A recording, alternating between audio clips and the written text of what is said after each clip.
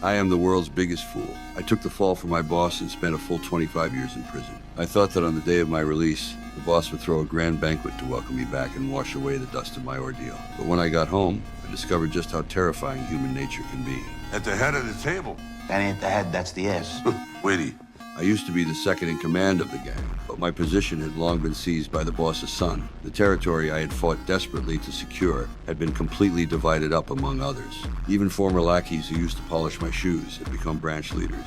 I'm expecting after doing 25 years to save your father's ass for murder, to save your ass, I'm expecting some form of adequate compensation. Why do you think we're not gonna take care of you? Seeing that I felt wronged, the boss beside me finally spoke up. Tulsa was a barren, remote, small city. Clearly the gang wanted to exile me there. Only then did I understand what the horror of human nature truly meant. But I still looked toward the boss I had once shared life and death with, only to be met with disappointment. The code of honor I had upheld for 25 years now seemed like nothing but a joke. My wife left me on the very first day I was imprisoned. As for my daughter, I hadn't spoken to her in 18 years because she hates me.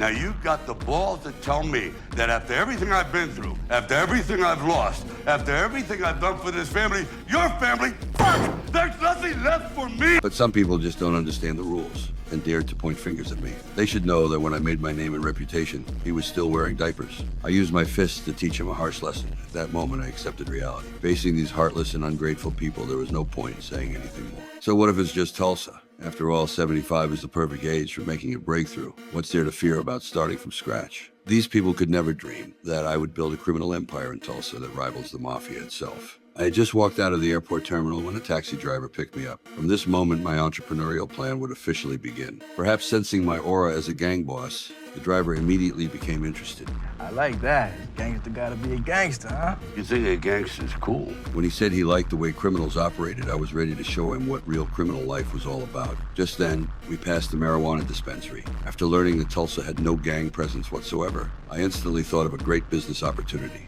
Inside, there was only one security guard with zero fighting ability, and it didn't look like they had surveillance cameras installed. The receptionist was very frail and didn't seem too bright either. If someone wanted to rob this place, it would be far too easy. I told him to call the owner out, but the employee didn't dare leave his post. The security guard, hearing the commotion, walked over and told me to leave immediately. Facing me, this gray-haired old man. The guard thought he could easily handle the situation, not knowing what kind of existence he had provoked. I grabbed the driver's thermos and smashed it directly into his head. It seems fists are the ultimate truth. Soon the owner came out. He thought he was dealing with a robbery, but unexpectedly I wanted to see his transaction ledger. This made the owner suspect I might be from the tax bureau. Are you from the government? I just knocked your guard out cold, and you think I'm a CPA? However, what I didn't expect was that this small shop's profits were quite substantial. The problem was, the owner said he kept all the money in the bank. This made me a bit unhappy. You're putting dirty money in the bank, do you think this old man is easy to fool? After my educational session, the owner had no choice but to open the safe. Unexpectedly, there was actually $5 million inside, but my actions stunned the owner. I only took out a small portion of it and stated that I would only take 20% every week from now on. In exchange, I guaranteed that his dispensary would not be violated by any gangs. Do we have a deal?